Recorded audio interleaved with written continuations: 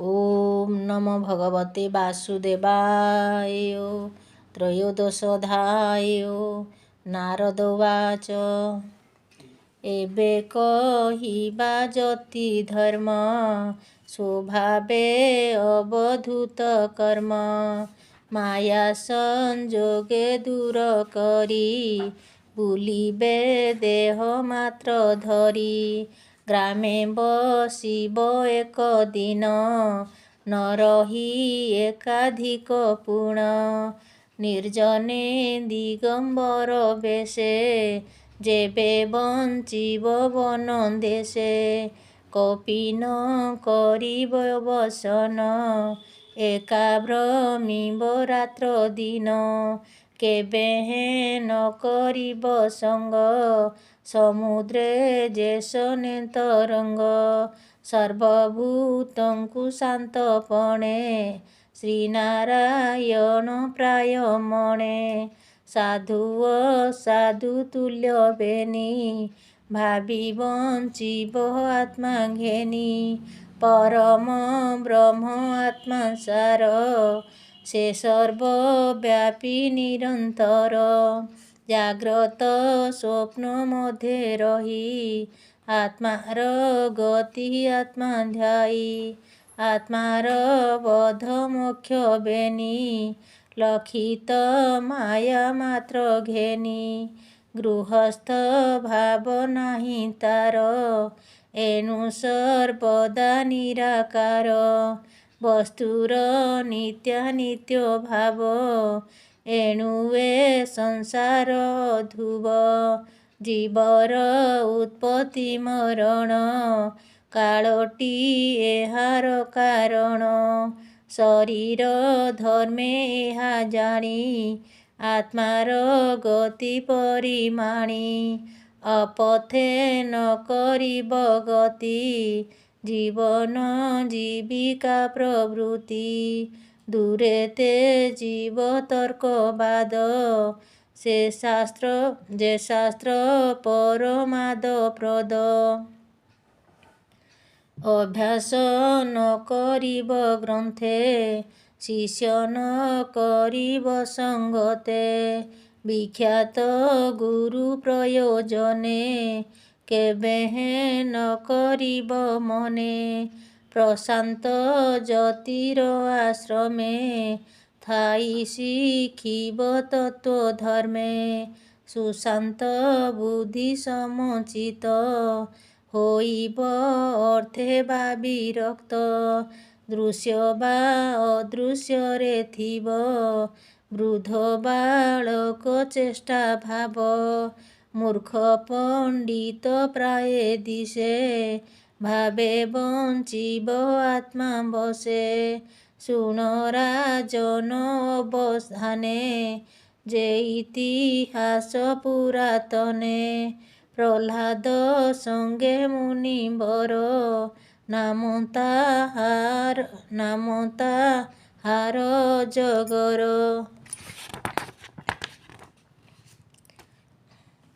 एबेनी जनक संवाद शुणते न लागे प्रमाद से प्रह्लाद एक दिने मृगया अर्थे गला बने भृत्य निजर घेनी संगे अरण्य गमे क्रीड़ा रंगे एमंत सह्यगिरी तटे भ्रमण क्रमे भूमि पुष्पे शयने देखी मुनिवर शरीर धूली रे धूसर स्वभावे कर्धम भूषित सम्मुखे देखी विपरीत कर्म वचन लिंग वर्णे लखिन पारे अनुमाने किबा श्रमे लखी नुहे शयन विपरीत देहे ताहाकु देखी प्रह्लाद भावे न मिला तांक पाद लखी न पारी तांक गति बोलती असुरଙ୍କ पति प्रह्लाद वाच ଏ ସ୍ଥୂଳ ଶରୀର ତୋହର ସ୍ୱଭାବେ ଦିଶଇ ସୁନ୍ଦର ଭୋଗୀ ପୁରୁଷ ପ୍ରାୟ ଦେହି ସ୍ୱଭାବେ ସ୍ଥୂଳ ରୂପ ହୋଇ ଭିତର ଜନେ ଭୋଗୀ ଜନେ ଭ୍ରମନ୍ତି ନଗର ବିପିନେ ଭୋଗ ପ୍ରବଳେ ପୁଷ୍ଟ ଦେହି ଏ ଅନୁମାନେ ମୁଁ ଗଣଇ ଉଦ୍ୟମ ନ କରୁ ତୁ ଧନେ କିମ୍ପା ଶୋଇଛୁ ଗୋର ବନେ କେମନ୍ତେ ପୁଷ୍ଟ ତୋ ଶରୀର କହ ସଞ୍ଚୟ ଯାଉ ମୋର କହ ତୁ ନ ଭଜି ମୌନ ମୁଁ ଯେବେ ଶୁଣିବା ଭାଜନ ସେ ଦକ୍ଷ ପଣ୍ଡିତ ଚତୁର ବିଚିତ୍ର ବାକ୍ୟ ପ୍ରିୟ କର ତାଙ୍କୁ ପୁଛିଲେ ସର୍ବ କହେ ମନେ ଅହଙ୍କାର ନ ବହେ ଏମନ୍ତ ପ୍ରହ୍ଲାଦ ବାଣୀ ସେ ଅବଧୂତ କର୍ଣ୍ଣେ ଶୁଣି ତାହାର ଅମୃତ ବଚନ କହଇ ହର୍ଷିତ ବଦନ ଅବଧୂତ ବାଚ ତୁ ପ୍ରହ୍ଲାଦ ଦୈତ୍ୟ ବୀର ମୁଁ ଜାଣେ ମହିମା ତୋହର ସଂଶୟ ନାହିଁ ତୋର ମନେ ତୁ ଦେଖୁ ନିର୍ମଳ ନୟନେ ଯାର ହୃଦରେ ନାରାୟଣ ବସଇ ପୁରୁଷ ପୁରାଣ ସେ ଭକ୍ତ ତରେ ତମ ଘୋର ନାଶଇ ଯେହ୍ନେ ଦିବାକର ତୁ ମୋତେ ପଚାରିଲୁ ଯେବେ ଶୁଣ କହିବି ତୋତେ ଭାବେ ଆତ୍ମାର ସୁଧି ଯେଇଛନ୍ତି ମହାନ୍ତ ପୁଛିଲେ କହନ୍ତି ପ୍ରାଣୀ ଭ୍ରମନ୍ତି କର୍ମ ପଥେ ନାନା ଯାତନା ଯମତନ୍ତ୍ରେ ଘୋର ସଂସାରେ ସଞ୍ଚରନ୍ତି ଏ ଘେନି ମୋର ମନେ ଭ୍ରାନ୍ତି ଦେଖ ଜ୍ଞାନ ମନ ଛନେ ସଂସାରେ ସଞ୍ଚରନ୍ତି ଜନେ ଯେ ଜଳ ତୃଣ ଆଚ୍ଛାଦିତ ତାହା ନ ଭକ୍ଷଇ ତୃଷିତ ମୃଗ ତୃଷ୍ଣାକୁ ଜଳ ମଣେ ଭ୍ରମେ ଭ୍ରମଇ ଅକାରଣେ ତାହାର ଶ୍ରମ ମାତ୍ର ସାର ଯେ ଆତ୍ମା ନ କରେ ବିଚାର କର୍ମ ଆୟତେ ଦେହ ବହି ଆତ୍ମାର ସୁଖ ଯେ ଅଟଇ ସଂକଳ୍ପେ କ୍ରିୟା କରେ ଯେତେ ନିଷ୍ଠୁର ହୁଏ କାର୍ଯ୍ୟ ଅନ୍ତେ ବିମୁକ୍ତ ପ୍ରାଣୀଙ୍କର ଏତେ କି ପ୍ରୟୋଜନ ନିସ୍ତାରଣେ ଲୋଭୀ ପ୍ରାଣୀଙ୍କ ଦୁଷ୍ଟ ମନ ବଳେ ବନ୍ଧନ କରେ ଧନ ଧନୀ ଜନଙ୍କ ଦୁଃଖ ଦେଖି ମୁଁ ଧନ ତୃଷ୍ଣାକୁ ଉପେକ୍ଷି ଦେଖଇ ଧନୀଙ୍କର ଦୁଃଖ ନିଦ୍ରା ଭୋଜନେ ନାହିଁ ସୁଖ ରାଜାର ଭୟ ଚିତ୍ତ ଧନେ ଚୌର୍ଯ୍ୟ ସ୍ୱଜନ ଶତ୍ରୁ ଜନେ ଯେ ଅବା ଆସେ ଧନ ମାଗି ତା ଦେଖି ଚିତେ ଦୁଃଖ ଭାଗି ଯେ ଶୋକ ମୋହ ଭୟ ରୋଗୀ ପ୍ରମାଦ ନିର୍ତ୍ତ ଉଦ୍ବେଗୀ ଯେ ଶୋକ ମୋହ ଭୟ ରୋଗ ପ୍ରମାଦ ନିର୍ତ୍ତ ଉଦ୍ବେଗ ଯାହାର ମୂଳୁଏ ସ୍ରବନ୍ତି ଧନର ବଳେ ପ୍ରାଣୀ ଭ୍ରାନ୍ତି ଏ ଘେନି ଯେ ପଣ୍ଡିତ ଜନେ ଲୋଭନ ଜନ୍ମେ ଯେବେ ଧନେ ଭ୍ରମଇ ଯଥା ଲାଭ ଧର୍ମେ ନିର୍ତ୍ତ ବ୍ୟାକୁଳ ଚିତ୍ତ ଧର୍ମେ ମହାସର୍ପର ପ୍ରାୟ ସେହି ବଞ୍ଚଇ ଉପଦେଶ ଧ୍ୟାଇ। ତଥା ଶ୍ରୀ ଗୋବିନ୍ଦ ପ୍ରସନ୍ନେ ନିର୍ତ୍ତୋ ଆନନ୍ଦ ମୋର ମନେ। ମୋ ଦେହେ ବଳ କାନ୍ତି ତୁଷ୍ଟି ସୁଖ ସଂକଳ୍ପେ ଦେହ ପୁଷ୍ଟି। ଏଭାବେ ବର୍ଦ୍ଧିତ ମୋ ଦେହି ମୋ ଦୁଃଖ ସୁଖ ନ ଜାଣଇ। ଏଭାବେ ବର୍ଦ୍ଧିତ ମୋ ଦେହି ମୁଁ ଦୁଃଖ ସୁଖ ନ ଜାଣଇ। ଅଳ୍ପ ଆହାର କାହିଁ ପାଇ କାହିଁ ବା ସନ୍ତୁଷ୍ଟେ ଭୁଞ୍ଜାଇ। ସ୍ୱାଦୁ ଅସ୍ୱାଦୁ ନ ଜାଣଇ ଯହିଁ ବା ଯେମନ୍ତ ମିଳଇ। ସେସବୁ ଅମୃତ ମଣଇ ସେ ଯେତେବେଳେ ଯାହା ଦେଇ। ଅଳ୍ପ ବହୁତ ନ ବାରଇ ଯହିଁ ଯା ମିଳେ ତୁଷ୍ଟ ତହିଁ। କାହିଁ ବା ଶ୍ରଦ୍ଧା ଅପହୃତ କାହିଁ ବା ମାନ୍ୟ ବିବର୍ଜିତ।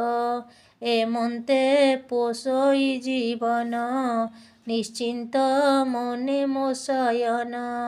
ରାତ୍ର ଦିବସ ନ ଜାଣଇ ଉଭୟେ ଏକ ତୋ ମଣଇ। ପାଟ ବସନ କାହିଁ ପିନ୍ଧି କାହିଁ ବୁଲଇ ଚର୍ମ ବାନ୍ଧି। ଚିକୁଟି ବସ୍ତ୍ର କାହିଁ ମିଳେ କାହିଁ ବା ବଞ୍ଚଇ ବଳ୍କଳେ। କର୍ମ ଆଦରି ତୋଷ ମନେ ବସଇ ଇଚ୍ଛା ସୁଖ ସ୍ଥାନେ। କାହିଁ ବା ଧରଣୀ ଶୟନେ କାହିଁ ପାଷାଣ ତୃଣ ଗୁଳ୍ମେ। କାହିଁ ପ୍ରସାଦ ମଧ୍ୟେ ଥାଇ କାହିଁ ପଲ୍ୟଙ୍କ ମଧ୍ୟେ ଶୋଇ। କାହିଁ ବା ଧୂଳିର ଉପରେ କାହିଁ ଶୟନ ବନ ଘୋରେ। କାହିଁ ବା ସ୍ନାନ କରି ଶୁଦ୍ଧେ ସୁବାସ ତୈଳ ଶୁଚି ପଦେ। କାହିଁ ଚନ୍ଦନ ଗନ୍ଧ ସାର କାହିଁ ବା ନାନା ଅଳଙ୍କାର। ସୁବାସ ପୁଷ୍ପମାଳା ଗନ୍ଧେ କାହିଁ ବା ଅଶ୍ୱଗଜ କନ୍ଧେ। କାହିଁ ବେଷ୍ଟିତ ପୀତାମ୍ବର କାହିଁ ବା ଧୂଳିଆ ଧୂସର। କାହିଁ ବା ଜ୍ଞାନ ଥାଇ ଦେହେ କାହିଁ ଭ୍ରମଇ ଗୃହୀ ପ୍ରାୟେ। ବିଷମ ମତେ ପ୍ରାଣୀ ଥାନ୍ତି ନିର୍ଦ୍ଦୋଷ ଭାବ ପ୍ରକାଶନ୍ତି। କାହାକୁ ସ୍ତୁତି ନିନ୍ଦା ମୋର କେବେହେଁ ନ କରି ବିଚାର। ସର୍ବ ପ୍ରାଣୀଙ୍କ ଶ୍ରେୟ ଚିନ୍ତି ତେଣୁ ମୋ ମନେ ନାହିଁ ଭ୍ରାନ୍ତି। ଆନନ୍ଦେ ଗୋବିନ୍ଦ ପୟରେ ଚିତ୍ତ ନିବେଶି ନିରନ୍ତରେ। ଚିତ୍ତ ବିକଳ୍ପେ ହୋମ କରି ନିଷ୍କାମ ତପସ୍ୟା ଆବୋରି। ମର୍ମ ବିକାରେ ତତ୍ତ୍ୱ ଥୋଇ ଯେଣେ ମାୟାକୁ ଭୟ ନାହିଁ। ସେ ମାୟା ଆତ୍ମା ଅଦଭୁତେ ସତ୍ୟ ସଂକଳ୍ପ ମୁନି ମତେ। ତେଣୁ ନିର୍ବିକାର ମୋ ମନ ନିର୍ଗୁଣ ବ୍ରହ୍ମେ କରି ଧ୍ୟାନ। ଏମନ୍ତେ ଆତ୍ମା ଅନୁଭୂତେ କହିଲି ତୋହର ଅଗ୍ରତେ। ଯେତେକ ମାୟା ମାତ୍ର ହୋଇ ତେଣେ ବର୍ଜିତ ମୋର ଦେହି। ତୁ ଯେଣୁ ଥାଉ ବିଷ୍ଣୁ ମତେ ଏଣୁ କହିଲି ତୋ ଅଗ୍ରତେ। ଏମନ୍ତ ମୁନି ମୁଖୁ ଶୁଣି ପରମହଂସ ଧର୍ମ ବାଣୀ। ସେ ପ୍ରହ୍ଲାଦ ଜ୍ଞାନ ଧୀର ସ୍ୱଭାବେ ବିଷ୍ଣୁର କିଙ୍କର। ଆନନ୍ଦେ ନମିତା ଚରଣେ ସ୍ୱସ୍ଥାନେ ଗଲା ତତ୍କ୍ଷଣେ। ଶୁଣ ସୁଜନେ ଦୃଢ଼ ଚିତ୍ତ ହରିଚରିତ ଭାଗବତ। ଶୁଣନ୍ତେ ଖଣ୍ଡେ ଭବ ବ୍ୟଥା ପ୍ରହ୍ଲାଦ ଅବଧୂତ କଥା। ଏଣେ ନିର୍ମଳ କର ଚିତ କହଇ ଦାସ ଜଗନ୍ନାଥ। ଇତି ଶ୍ରୀମଦ୍ଭାଗବତେ ମହାପୁରାଣେ ପାରମହଂସ୍ୟା ସଂହିତାୟା 82 ସପ୍ତମ ସ୍କନ୍ଧେ ପ୍ରହ୍ଲାଦ ଅବଧୂତ ସମ୍ବାଦେ ନାମ ତ୍ରୟୋଦଶୋऽଧ୍ୟାୟୋ। ଓମ୍ ନମୋ ଭଗବତେ ବାସୁଦେବାୟ।